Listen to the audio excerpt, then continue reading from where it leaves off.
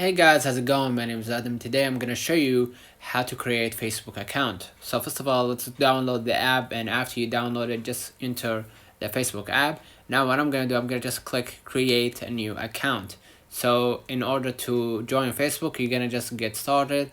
You're gonna just start adding your name and last name, and afterwards you're gonna just hit next, proceed to the next step, and you have to add the correct birthday so you can verify that this is your account. So after you're adding your birthday, you're gonna just hit next again.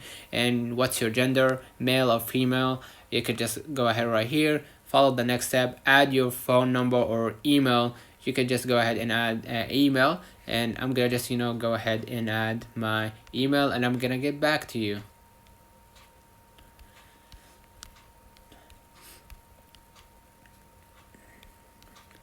And after I added my email, you can just go ahead and hit next. You're gonna wait up for a few moments, and I'm gonna just go ahead right here into continue creating my account. And of course, you're gonna have to add your password. So in my case, I'm gonna just add a password, for example, right? And afterwards, hit next.